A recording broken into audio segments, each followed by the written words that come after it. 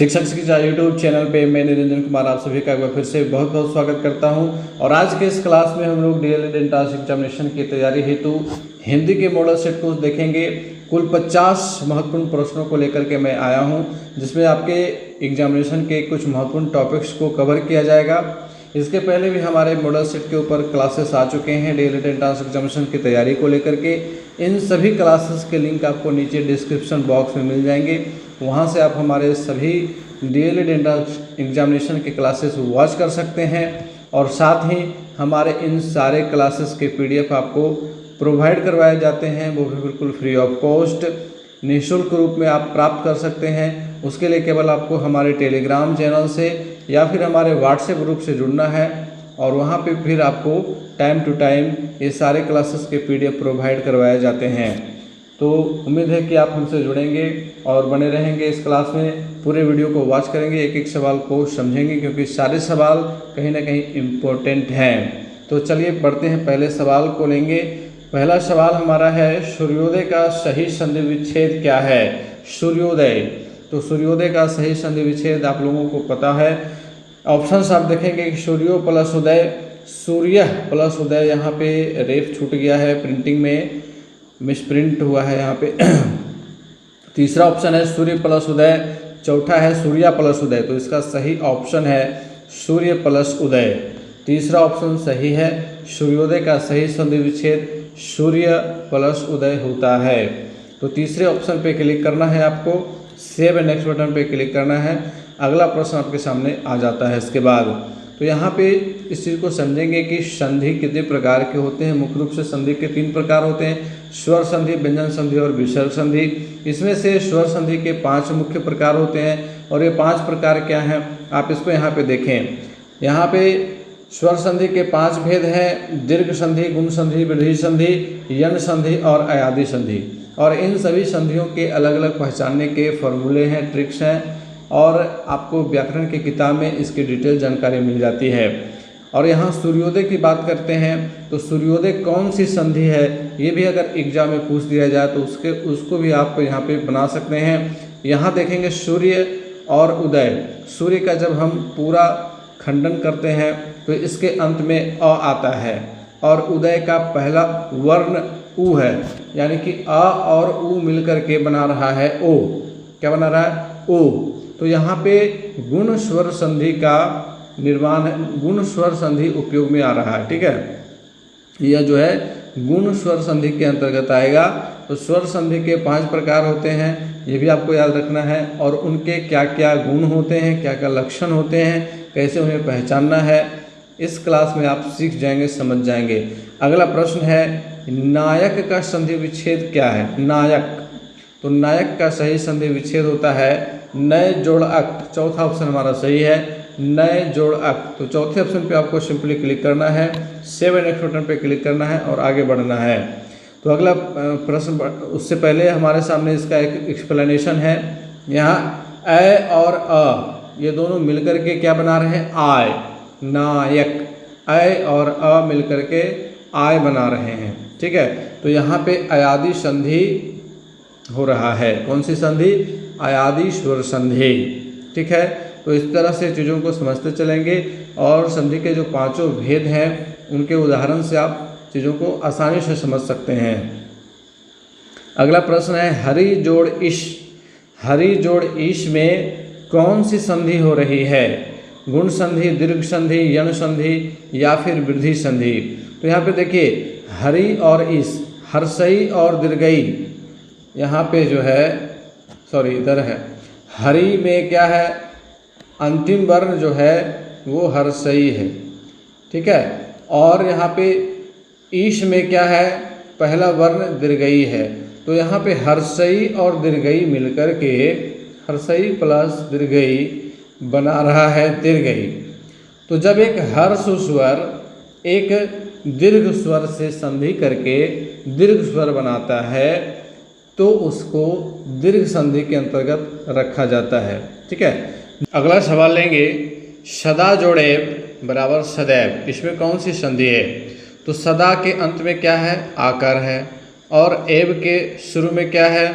ए है। तो आ और ए मिलकर के क्या बना रहे हैं, ऐ बना रहे हैं। ठीक है, तो यहाँ पे वृद्धि हो रही है। ठीक है, क्या हो रहा है, वृद्धि। तो यहाँ पे ये वृद्धि संधि के अंतर्गत चला जाएगा, वृद्धि स्वर संधि के अंतर्गत। ठीक है, तो चौथा ऑप्शन हमारा यहाँ पे सही है। चौथे ऑप्शन पे क्लिक कीजिए, 7 नेक्स्ट बटन पे क्लिक कीजिए, आगे बढ़िए। अगला प्रश्न है कि स्वागत का सही संधि विच्छेद क्या है। स्वागत, तो स्वागत का सही संधि विच्छेद है सु जोड़ आगत। क्या है, सु जोड़ आगत। चौथा ऑप्शन हमारा यहाँ पे सही है। तो चौथे ऑप्शन पे क्लिक कीजिए, 7 नेक्स्ट बटन पे क्लिक करके आगे बढ़िए। अब इसका एक्सप्लेनेशन थोड़ा सा समझ लेते हैं कि यहाँ हर्षऊ और आकार मिलकर के क्या बना रहे हैं, वा बना रहे हैं। अतः यहाँ यन स्वर संधि है। कौन सी स्वर संधि है, यन स्वर संधि है। इस चीज़ को याद रखेंगे। चलिए अगला सवाल लेंगे, अन्वेषण का सही संधि विच्छेद क्या है। अन्वेषण, तो अन्वेषण का सही संधि विच्छेद होता है अनु जोड़ ऐशन। अनु जोड़ ऐशन, यहाँ पे पहला ऑप्शन हमारा सही होगा, अनु जोड़ ऐशन, पहला ऑप्शन। पहले ऑप्शन पे क्लिक करके आगे बढ़िए। यहाँ पे देखिए हर्षऊ और ए मिलकर के वे बना रहे हैं, वे। अतः यहाँ भी यन स्वर संधि का प्रयोग हो रहा है, यन स्वर संधि। ठीक है, चलिए अगला सवाल है, देव जोड़ ईश, देवेश में कौन सी संधि है। तो यहाँ पे देव के अंत में अ है और ईश के प्रारंभ में दीर्घई है, और ये दोनों मिलकर के क्या बना रहे हैं, एकार बना रहे हैं। ठीक है, तो ये गुण संधि के अंतर्गत चला जाएगा। किस संधि के अंतर्गत, गुण संधि के अंतर्गत। जब एक हर्ष स्वर एक दीर्घ स्वर मिलकर के एक एकार जिस प्रकार से बना, तो ये भी एक हर्ष स्वर के ही अंतर्गत आया है। ठीक है, तो इस प्रकार की जब संधि रहती है तो गुण संधि के अंतर्गत वो आता है। अगला सवाल है, मनु जोड़ अंतर बराबर क्या होगा। तो मनु जोड़ अंतर यानी कि मनु और अंतर का संधि विच्छेद करने पर कौन से शब्द का निर्माण होगा। ऑप्शन है मनोंतर, मनंतर, मनवंतर, मनुअंतर। तो इसका सही ऑप्शन ऑप्शन नंबर 3 है, मनवंतर। तीसरा ऑप्शन हमारा सही है। तीसरे ऑप्शन पे क्लिक करके 7 नेक्स्ट बटन पे क्लिक करिए, आगे बढ़िए। यहाँ पे देखिए हर्षऊ और अ मिल करके व बना रहे हैं। क्या बना रहे हैं, व बना रहे हैं। तो यहाँ भी यन स्वर संधि है। अगला सवाल है कि पवन का सही संधि विच्छेद एवं संधि का नाम बतावें। पवन का सही संधि विच्छेद भी आपको करना है और साथ ही संधि का नाम भी बताना है। तो इस प्रकार के भी प्रश्न देखने को मिल सकते हैं। तो पवन का सही संधि विच्छेद होता है पो जोड़ अन। क्या होता है, पो जोड़ अन बराबर होता है पवन। तो यहाँ पे ओ और अ मिलकर के व बना रहे हैं। क्या बना रहे हैं, व बना रहे हैं। तो यहाँ पे चौथा ऑप्शन हमारा सही है, पो जोड़ अन, और ये अयादी स्वर संधि के अंतर्गत आएगा। चलिए अगला सवाल लेंगे, रविंद्र का सही संधि विच्छेद एवं संधि का नाम बतावें। रविंद्र, तो रविंद्र में रवि और इंद्र इन दोनों का मिलन है। तो रवि में यहाँ पे हर्षई होता है और इंद्र में हर्षई होता है। दो हर्ष स्वर मिलकर के एक दीर्घ स्वर बना रहे हैं। रविंद्र में दीर्घई है, एक दीर्घ स्वर का निर्माण कर रहे हैं। तो ये निश्चित रूप से दीर्घ स्वर संधि में आएगा। यहाँ पे हमारा तीसरा ऑप्शन सही होगा, रवि जोड़ इंद्र दीर्घ स्वर संधि। अगला सवाल लेंगे, दिगंत का सही संधि विच्छेद क्या है। दिगंत, अब ये आ गया व्यंजन संधि का सवाल आपका, क्योंकि दिगंत का संधि होता है, संधि विच्छेद होता है दिक जोड़ अंत, दिक जोड़ अंत, दिगंत।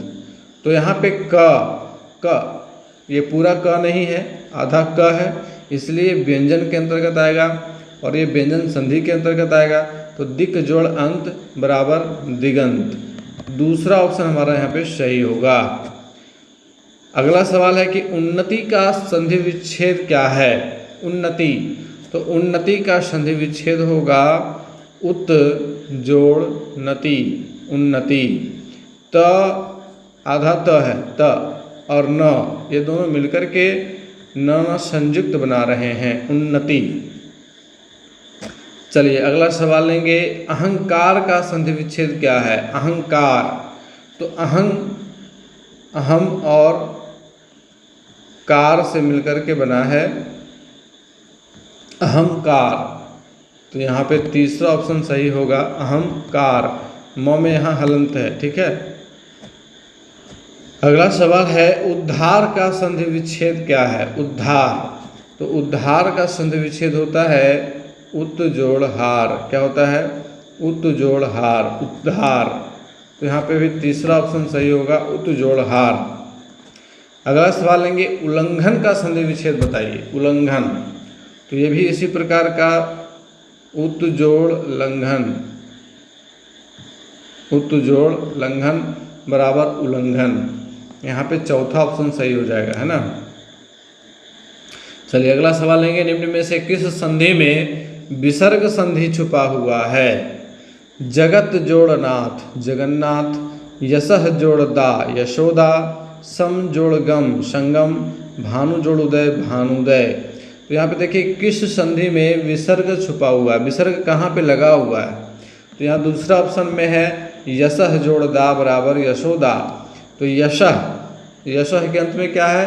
विसर्ग है, और यही विसर्ग संधि की पहचान है। विसर्ग संधि को पहचाना सबसे आसान काम है, इसके अंत में विसर्ग रहेगा ही रहेगा, पहला जो खंड होगा उसके अंत में, ठीक है। यशः जोड़ दा, मनः जोड़ हर, निह जोड़ मल, इस प्रकार के जितने भी संधि हैं वे सभी विसर्ग संधि के अंतर्गत रहेंगे।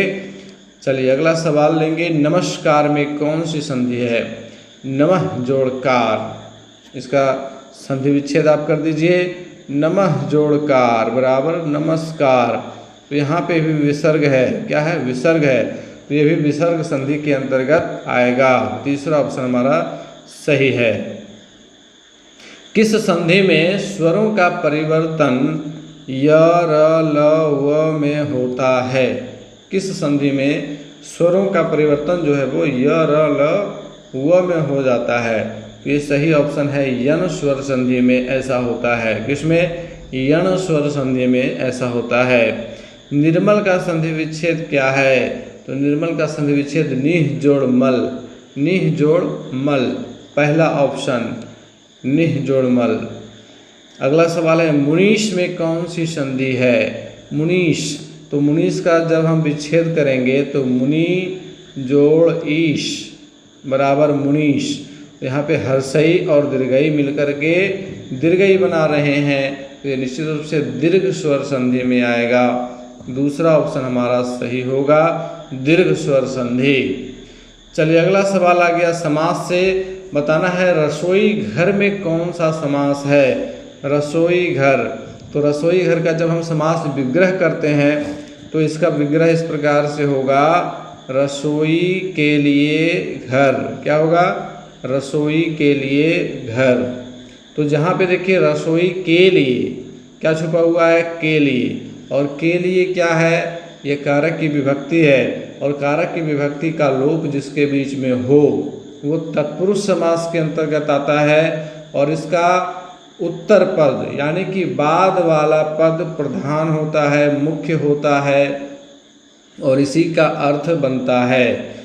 तो रसोई घर, राजकन्या, राजपुत्र, चिड़ीमार, इस प्रकार के जो शब्द हैं वे सभी तत्पुरुष समास के अंतर्गत आते हैं, क्योंकि इनका उत्तर पद, बाद वाला पद प्रधान होता है, मुख्य होता है, और दोनों पदों के बीच कारक चिन्हों का या कारक की विभक्ति का लोप होता है। कारक की चिन्हों का ही लोप होता है, विभक्ति तो उसको हम समझते हैं चिन्ह के अनुसार, है ना। कारक की विभक्ति के चिन्ह होते हैं, और इसमें ये भी याद रखना है आपको कि तत्पुरुष समास के भेद होते हैं, और वो भेद जो है वो कारक की विभक्ति के अनुसार ही होते हैं।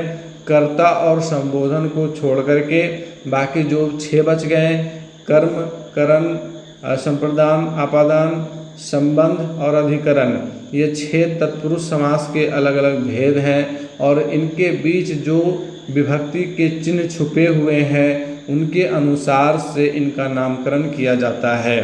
ये सारी चीज़ें आपको तत्पुरुष समास के अंतर्गत दिमाग में रखनी है। चलिए अगला सवाल लेंगे, चतुर्भुज में कौन सा समास है? चतुर्भुज, तो यहाँ पे देखिए पहला जो पद है चतुर, चतुर का मतलब होता है चार, संख्यावाचक है। तो जब भी किसी समास का प्रथम पद संख्यावाचक हो तो वह द्विगु समास के अंतर्गत आता है, द्विगु समास के अंतर्गत आता है। दूसरा ऑप्शन हमारा सही है यहाँ पे। अगला सवाल लेंगे, अनुकूल में कौन सा समास है? अनुकूल, तो अनुकूल जो है ये अव्ययी भाव समास है। कौन सा समास? अव्ययी भाव समास। अव्ययी भाव समास में इसी प्रकार के शब्द रहेंगे। आगे का जो प्रथम पद होता है वह कोई अव्यय होता है। अव्यय वैसे शब्दांश को कहते हैं जिनका स्वतंत्र रूप में कोई अर्थ नहीं रहता है, लेकिन जब वे किसी और शब्द के साथ जुड़ते हैं तो उनका विशेष अर्थ बना देते हैं। ठीक है, जैसे अनु शब्द जो है वह कूल के साथ बना अनुकूल हो गया, भव के साथ जुड़ेगा अनुभव हो जाएगा। इसी प्रकार से और भी बहुत सारे अव्यय हैं, जैसे यथा है, यथाशक्ति, यथासंभव, यथाशीघ्र, ये सारे अव्यय जुड़ने के बाद शब्दों के विशेष अर्थ बन जाते हैं। तो शुरुआत में जो शब्द लगे हों वो अगर कोई अव्यय हों तो उसे क्या कहेंगे? अव्ययी भाव समास कहेंगे। तो तीसरा ऑप्शन हमारा यहाँ पे सही है। चलिए अगला सवाल लेंगे, चतुरानन में कौन सा समास है? चतुरानन में कौन सा समास है? चतुरानन का तात्पर्य क्या होता है? तो चतुरानन को हम लोग क्या कह सकते हैं? इसको हम दो समास के अंतर्गत भी रख सकते हैं, क्योंकि चतुर, पहले भी मैंने बताया कि चतुर का अर्थ होता है चार, और चार क्या है? संख्यावाचक है। तो संख्यावाचक रहने के कारण इसको द्विगु समास में भी रखा जा सकता है, लेकिन यहाँ ऑप्शन में जब आप देखिएगा तो द्विगु समास नहीं है। अब यहाँ कन्फ्यूजन आ जाता है कि ये चतुरानन चार आनन, आनन का मतलब मुख, जिसके चार मुख हैं तो उसको चतुरानन कहा जाता है। तो चार आनन अर्थात चार मुख, तो यहाँ पे चतुरानन किस समास के अंतर्गत आएगा? चूँकि ये द्विगु समास ऑप्शन में नहीं है, तब यहाँ पे आ जाता है बहुव्रीहि समास। ठीक है, और ये बहुव्रीहि समास का ही एग्जाम्पल है। बहुव्रीहि समास और कर्मधारय समास, प्रायः इनमें भी कन्फ्यूजन होता है, क्योंकि दोनों के लगभग कुछ चीज़ें सेम हैं, एक जैसी हैं। तो ये कारण है कि कुछ समास जो है बहुव्रीहि समास में भी चले जाते हैं और कुछ कर्मधारय में भी चले जाते हैं। तो ये कन्फ्यूजन धीरे धीरे प्रैक्टिस करते करते दूर हो जाता है। तो यहाँ पे चतुरानन जो है वो बहुव्रीहि समास का एक उदाहरण है।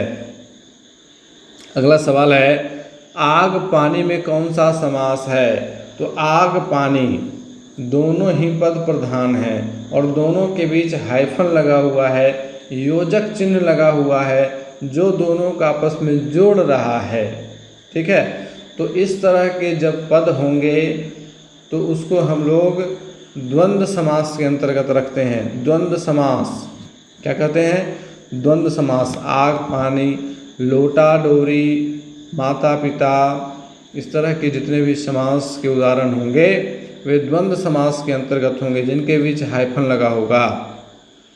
अगला प्रश्न है, नवग्रह में कौन सा समास है? तो इसमें भी देखिए प्रथम पद जो है नव, मतलब नौ, संख्या बता रहा है। तो जब भी संख्या बताए, ऑप्शन में द्विगु समास रहे, आँख मूंद करके उसको टिक कीजिए, 100% वो सही होगा। तीसरा ऑप्शन यहाँ पे हमारा सही है, द्विगु। अगला प्रश्न है, कर्महीन में कौन सा समास है? कर्महीन किसको कहते हैं? कर्म से हीन, कर्म से हीन। तो कर्म से हीन है यानी कि वो अपादान तत्पुरुष की ओर संकेत कर रहा है। ठीक है, अपादान तत्पुरुष। अपादान का मतलब क्या होता है?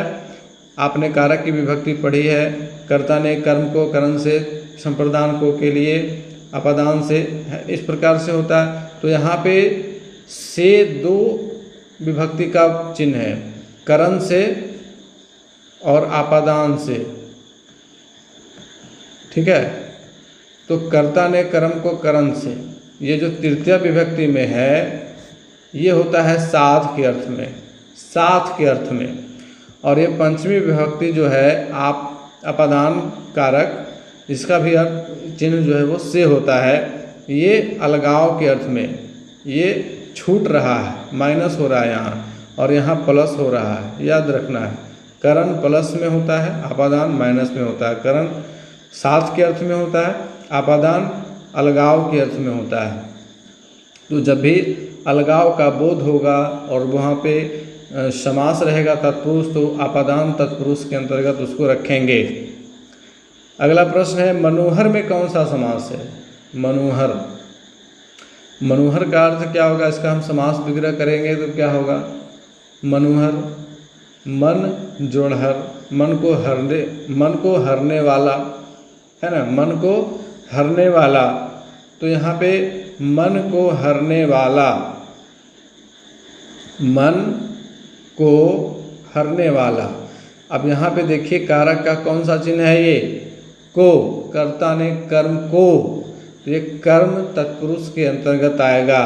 तीसरा ऑप्शन हमारा सही हो जाएगा। चलिए बढ़ेंगे अगले सवाल की ओर। देशभक्ति में कौन सा समास है? देशभक्ति में, तो यहाँ पे देशभक्ति का जब हम विग्रह करेंगे तो क्या हो जाएगा? देश के लिए भक्ति, देश के लिए भक्ति। यहाँ पे कौन सा चिन्ह छुपा हुआ है? के लिए। और कारक के किस विभक्ति का चिन्ह के लिए? संप्रदान। तो यहाँ पे संप्रदान तत्पुरुष, दूसरा ऑप्शन हमारा सही हो जाएगा। कर्मवीर में कौन सा समास है? कर्म से वीर, कर्म से वीर। तो यहाँ पे से का अर्थ क्या है बताइए? साथ के अर्थ में है या अलगाव के अर्थ में? साथ के अर्थ में, है ना। जब इंसान का अपना कर्म अच्छा होगा तभी तो वो कर्म से वीर कहलाएगा। तो कर्म से वीर, यहाँ पे कर्म तत्पुरुष हो जाएगा, सही ऑप्शन पहला। अगला सवाल लेंगे, कृत प्रत्यय किन शब्दों के साथ जुड़ते हैं? अब यहाँ पे प्रत्यय और उपसर्ग से सवाल आ रहे हैं। तो प्रत्यय की बात करें, प्रत्यय किसी भी शब्द के पीछे जुड़ने वाला शब्दांश होता है जो शब्द में जुड़ करके उसके अर्थ में परिवर्तन ला देता है। तो प्रत्यय के दो प्रकार होते हैं, दो भेद होते हैं। एक कृत प्रत्यय होता है और दूसरा तद्धित प्रत्यय होता है। बात की जा रही है यहाँ प्रश्न में कि कृत प्रत्यय किन शब्दों के साथ जुड़ते हैं, किन के साथ जुड़ते हैं, और तद्धित किन के साथ जुड़ते हैं, ये नेक्स्ट क्वेश्चन हो जाएगा। तो कृत प्रत्यय जो है वो सभी क्रियापदों के साथ जुड़ते हैं। किसके साथ? क्रियापदों के साथ। कृत, कृत मतलब करना, क्रिया, इसको ऐसे भी जोड़ करके याद कर सकते हैं। तो जितने भी क्रियापद होंगे, चल, उठ, हंस, दौड़, खेल, इस तरह के जितने भी क्रियापद होंगे उनके साथ जो प्रत्यय लगेगा उसको कृत प्रत्यय कहते हैं। बाकी संज्ञा, सर्वनाम, विशेषण के साथ जो लग रहा है उसको तद्धित कहेंगे। ठीक, क्लियर हो गया। अगला सवाल है, अत्यंत में कौन सा उपसर्ग है? अत्यंत में, तो अत्यंत में अति लगा हुआ है, अति जोड़ अंत बराबर अत्यंत। तो यहाँ पे उपसर्ग पहले जुड़ता है, प्रत्यय पीछे जुड़ता है। उपसर्ग पहले जुड़ता है और प्रत्यय पीछे जुड़ता है। तो उपसर्ग क्या है? तो उपसर्ग वह शब्दांश है जो किसी शब्द के आगे या शब्द के प्रारंभ में जुड़कर उसके अर्थ में परिवर्तन ला देता है। तो यहाँ पे अति, अत्यंत का उपसर्ग है, दूसरा ऑप्शन हमारा सही है।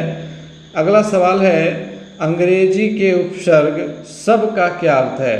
अब देखिए उपसर्ग वाले टॉपिक में पढ़िएगा तो कुछ अंग्रेजी के भी उपसर्ग हैं।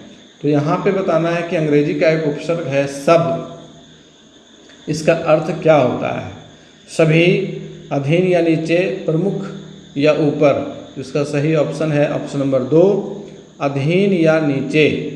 अब जैसे कि एग्जाम्पल लीजिए, सब डिविजनल ऑफिसर, तो जो डिविजनल ऑफिसर होता है उसके नीचे होता है सब जज। ठीक है, तो जो जज के नीचे का पद होता है वो सब जज होता है। आपने सुना होगा रेलवे ट्रैफिक में सब वे मतलब नीचे का रास्ता। ठीक है, नीचे का रास्ता, अगर ऊपर पुल है और नीचे रास्ता है उसको कहते हैं सब वे। तो सब का अर्थ क्या होता है? अधीन या नीचे, याद रखेंगे, दूसरा ऑप्शन सही है हमारा। चलिए अगला सवाल लेंगे कि स्वागत में कौन सा उपसर्ग है? सु जोड़ागत स्वागत, तो सु यहाँ पे उपसर्ग है। अगला सवाल लेंगे, कथनीय में कौन सा प्रत्यय है? कथनीय, तो यहाँ पे जब हम कथनीय का विच्छेद कर दें, कहें एक तरह से कह सकते हैं विच्छेद कर दें, या इसका जो पीछे का प्रत्यय जुड़ा हुआ है वो शब्दांश को निकालें, तो कैसे निकाल सकते हैं? इसका जो मूल शब्द है उसको ढूंढिए। मूल शब्द कथनीय का है कथ। क्या है? कथ। अब इसमें क्या जुड़ा है? तो कथनीय बना हुआ है। निश्चित रूप से इसमें अनीय जुड़ा हुआ है, तब ये कथनीय बनेगा। तो यहाँ पे दूसरा ऑप्शन सही हो जाएगा, अनीय।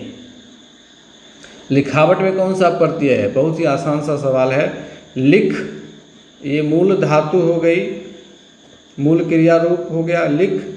अब इसमें आवट, क्या जुड़ा हुआ है? आवट, तब हुआ लिखावट।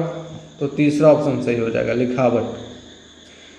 चौपाई छंद के प्रत्येक चरण में कितनी मात्राएं होती हैं? अब यहाँ से आ गया आपका छंद वाला। तो चौपाई छंद के प्रत्येक चरण में 16 मात्राएं होती हैं। कितनी मात्राएं? 16 मात्राएं होती हैं। उत्साह किस रस का स्थायी भाव है? रस भी अलग अलग प्रकार के हैं, श्रृंगार रस, करुण रस, हास्य रस, वीर रस, है ना। तो इस तरह से अलग अलग रस हैं, और इसमें बताना है कि उत्साह जो शब्द है वो किस रस का स्थायी भाव होता है? करुण का, वीर का, हास्य का, या फिर श्रृंगार का? यहाँ री की मात्रा है। तो उत्साह जो शब्द है वो वीर रस का स्थायी भाव है। उत्साह, वीर रस की जो कविताएं होंगी उनमें हमेशा उत्साह देखने को मिलेगा। हम लोगों ने पढ़ा था क्लास 10 में, हिमाद्री तुंग श्रृंग से प्रबुद्ध शुद्ध भारती, स्वयं प्रभा समज्वला स्वतंत्रता पुकारती, अमृत वीर पुत्र हो दृढ़ प्रतिज्ञ सोच लो, प्रशस्त पुण्य पंथ है बढ़े चलो बढ़े चलो। तो इस वीर रस की कविता में उत्साह भरा हुआ है। जब इस कविता को जब भी हम लोग दोहराते हैं तो वह उत्साह पुनः से संचरित हो जाती है। तो वीर रस की कविताओं में उत्साह भरा होता है, उत्साह इसका स्थायी भाव होता है। चलिए अगला सवाल लेंगे, श्रृंगार रस का अस्थायी भाव क्या है? तो श्रृंगार रस में रति की भावना होती है। रति मतलब प्रेम, प्रेम इसका प्रमुख है ना। श्रृंगार रस की बहुत सारी कविताएं हैं, इनमें से आप सूरदास की जो कविता है जिसमें उन्होंने बाल श्री कृष्ण के लीला का मधुर वर्णन किया है, और भी बहुत सारे श्रृंगार के कवि हैं, तो उसमें रति की भावना होती है। रति इसका अस्थायी भाव होता है। अगला सवाल है, जेते तुम तारे तेते नभ में न तारे हैं, इसमें कौन सा अलंकार है? अब अलंकार में भी आप पढ़िएगा तो कई प्रकार के अलंकार होते हैं, अनुप्रास, यमक, श्लेष, विप्सा, तो कई प्रकार के अलंकार हैं, और अलंकार को पहचानने के अलग अलग तरीके हैं, उनका अलग अलग नियम हैं। तो यहाँ पे जेते तुम तारे, यहाँ पे देखिए तारे, तेते नभ में ना तारे हैं। अब यहाँ दो तारे आए हैं और दोनों तारे का अर्थ अलग अलग है, ठीक है। यहाँ पहला जो तारा है इसका अर्थ है तारना, मतलब मोक्ष प्रदान करना, उद्धार करना। और यहाँ जो तारे हैं वो आसमान में टिमटिमाने वाले तारों से यहाँ तात्पर्य है। जेते तुम तारे, जितने तुम्हारे उद्धार करने की क्षमता है उतने तो नभ में तारे भी नहीं हैं, जिसका ये अर्थ है। तो यहाँ पे यमक अलंकार इसको कहते हैं, ठीक है। अब इसका थोड़ा सा एक्सप्लेनेशन देख लीजिएगा। यमक अलंकार क्या होता है? जहाँ एक शब्द या शब्द समूह अनेक बार आए किंतु उनका अर्थ प्रत्येक बार भिन्न हो, वहाँ यमक अलंकार होता है। जैसे जेते तुम तारे तेते नभ में ना तारे हैं, यहाँ पहले तारे का अर्थ तारन अर्थात उद्धार करना है, और दूसरे तारे का अर्थ आसमान के तारों से है। इस तरह की बहुत सारी कविताओं को आप पढ़ते होंगे। कर का मन का डारी दे, मन का फेर। कर का मन का डारी दे, हाथ में जो तुमने मन का लिए हुए है उसे तुम छोड़ दो, मन के मन का को फेरो, तभी ईश्वर की प्राप्ति होगी, कबीरदास ने कहा। तो इस प्रकार के जब पद आएंगे आपके सामने कविताओं में, तो आपको अलंकार वहाँ इस तरह से फाइंड आउट करना होता है। चलिए अगला सवाल लेंगे। चारु चंद्र की चंचल किरणें, चारु चंद्र की चंचल किरणें। आप यहाँ पे देखिएगा, चारु, च चंद्र, च चंचल किरणें, बार बार एक वर्ण का रिपीटेशन हो रहा है, तो इसको अनुप्रास अलंकार के अंतर्गत रखा जाता है। अनुप्रास अलंकार एक या अनेक वर्णों की पास पास तथा क्रमानुसार आवृत्ति को कहते हैं। ठीक है, बार बार अगर एक ही वर्ण की रिपीटेशन होती है तो उसको अनुप्रास अलंकार कहते हैं। रहमन पानी राखिए बिन पानी सब सून, पानी गए न उबरे मोती मानुष चून। अब उपरोक्त पंक्तियों में कौन सा अलंकार है ये बताना है। तो रहमन पानी राखिए, पानी हो गया, बिन पानी सब सून, फिर पानी हुआ, पानी गए न उबरे मोती मानुष चून। यहाँ पे 3 बार पानी आया और तीनों बार इसका अर्थ अलग अलग है ना, अर्थ अलग अलग है। तो यहाँ पे इसका एक्सप्लेनेशन देखिएगा कि जहाँ एक ही शब्द के अनेक अर्थ निकलते हैं, सब जगह पानी है और उसका अर्थ अलग अलग हो रहा है, वहाँ श्लेष अलंकार होता है। चलिए अगला सवाल लेते हैं। बीती विभावरी जागरी, अंबर पनघट में डुबो रही, तारा घट उषा नागरी। उपरोक्त पंक्तियों में कौन सा अर्थ अलंकार है। तो अलंकार मुख्य रूप से 2 प्रकार के होते हैं, एक शब्द अलंकार होता है, दूसरा अर्थालंकार होता है। ठीक है, इसको डिटेल से पढ़ने के लिए डिटेल क्लासेस की ज़रूरत होगी। एक छोटे से क्लास में इन सारी चीज़ों को नहीं समझा जा सकता है और यहाँ पे इतना टाइम है नहीं, रिवीजन का टाइम है, तो शॉर्ट में मैंने इन सारे प्रश्नों को तैयार किया है। तो अभी फिलहाल केवल इसका सिंपल एक्सप्लेनेशन समझते चलेंगे। यहाँ पे है कि बीती विभावरी जागरी, अंबर पनघट में डुबो रही, तारा घट उषा नागरी। जब हम इसका अर्थ समझते हैं, इसके अर्थों की व्याख्या करते हैं, तो यहाँ पे जो छंदों की रचना की गई है उसमें रूपक अलंकार का प्रयोग किया गया है। किसका? रूपक अलंकार का प्रयोग किया गया है। आपने इंग्लिश के चैप्टर में इंटरमीडिएट में पढ़ा होगा, ये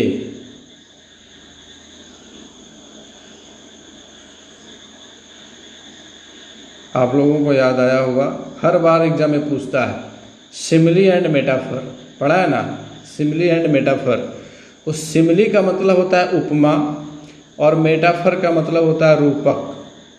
ठीक है, Rahul Dravid was the wall of Indian cricket team. Rahul Dravid भारतीय क्रिकेट टीम की दीवार थे। तो राहुल द्रविड़ की तुलना दीवार से की गई। दीवार और राहुल द्रविड़ में भौतिक रूप में देखें तो कोई समानता नहीं है, लेकिन दीवार के गुण जैसा राहुल द्रविड़ की बल्लेबाजी में गुण था, तो इसलिए उन दोनों की तुलना की गई। तो उसको इस प्रकार से अगर हम तुलना करते हैं तो उसको मेटाफर कहते हैं, यानी कि रूपक कहते हैं।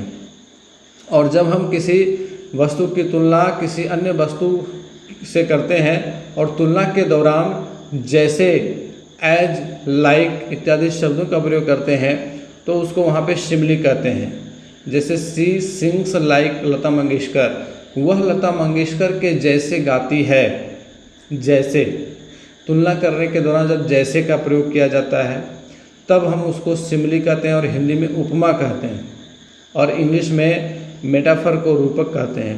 यहाँ पे जो प्रश्न दिया हुआ है, बीती विभावरी जागरी, मतलब रात बीत गई अब जाग जाओ, अंबर पनघट में डुबो रही, तारा घट उषा नागरी। अंबर जो है अब पनघट में डुबो रही, तारा अब पनघट में डूब रही है। तारा की जो परछाई बन रही है पनघट में, वह डूबती हुई सी मालूम पड़ रही है। अब तारा की परछाई को डूबने से यहाँ पे तुलना किया गया है तो आप यहाँ पे अंदाज़ा लगा सकते हैं कि यह रूपक अलंकार के अंतर्गत होगा। अगला सवाल है, तारा सो तरणी धुरी में लगत है। तारा सो तरणी धुरी में लगत है में कौन सा अर्थ अलंकार है? तो यहाँ पे जो तुलना की गई है सो से, सो शब्द के द्वारा, जैसे शब्द के द्वारा, तो अगर हम सो या जैसे शब्द के द्वारा किसी वस्तु की तुलना अन्य वस्तु से करते हैं तब वहाँ उपमा का प्रयोग होता है। तो यहाँ पहला ऑप्शन हमारा सही होगा, उपमा। चलिए अगला प्रश्न है, फूले ना समाना मुहावरे का अर्थ क्या है? तो फूले ना समाना का मतलब होता है बहुत खुश होना, प्रसन्न होना। तीसरा ऑप्शन सही है। अगला प्रश्न है, पुरानी प्रथा पर चलना किस मुहावरे का सही अर्थ है? पुरानी प्रथा पर चलना, यहाँ पे पहला ऑप्शन है लोहा लेना, ये तो गलत है। लोहा लेना का मतलब युद्ध करना। हाथ के तोते उड़ना, ये भी गलत ऑप्शन है। हाथ के तोते उड़ना मतलब बुद्धि चकरा जाना। लकीर का फकीर, ये सही ऑप्शन है, लकीर का फकीर होना। पुरानी प्रथा पर चलना, तुम अभी तक लकीर के फकीर बने हुए, दुनिया के चांद पर पहुंच गई, इस तरह से लोग कहते हैं ना। तो तीसरा ऑप्शन सही होगा यहाँ पे। चलिए अगला प्रश्न है, नाक रगड़ना मुहावरे का सही अर्थ क्या है? नाक रगड़ना का मतलब होता है बहुत खुशामद करना। दूसरा ऑप्शन सही है। अगला प्रश्न है, पौ 12 होना, इसका सही अर्थ क्या है? तो पौ 12 होना का मतलब खूब लाभ होना। त्यौहार के दिनों में मिठाई दुकानदारों के पौ 12 हो जाते हैं, खूब लाभ कमाते हैं। जिसकी लाठी उसकी भैंस, इसका अर्थ क्या है? माइट इज राइट, इंग्लिश में इसको कहते हैं। मतलब शक्तिशाली का बोलबाला होता है, शक्तिशाली का बोलबाला होता है, शक्ति विजय प्राप्त करती है, इसको ऐसे भी कह सकते हैं। अगला है, दाल भात में मूसल चंद, इसका सही अर्थ क्या है? तो दाल भात में मूसल चंद मतलब बेकार में दखल देना, है ना, बेकार में दखल देना। तीसरा ऑप्शन सही है। तो आज के इस क्लास में 50 प्रश्नों का अभ्यास किया गया। उम्मीद है कि आपको यह क्लास पसंद आया होगा। अपने अधिक से अधिक साथियों तक इस क्लास को शेयर कर दें ताकि उनको भी इसका बेनिफिट मिल सके, और हमारे टेलीग्राम से, व्हाट्सएप ग्रुप से जुड़ जाएं ताकि इस क्लास का PDF आपको प्रोवाइड करवाया जा सके। मिलते फिर से अगले क्लास में, तब तक के लिए गुड बाय, टेक केयर।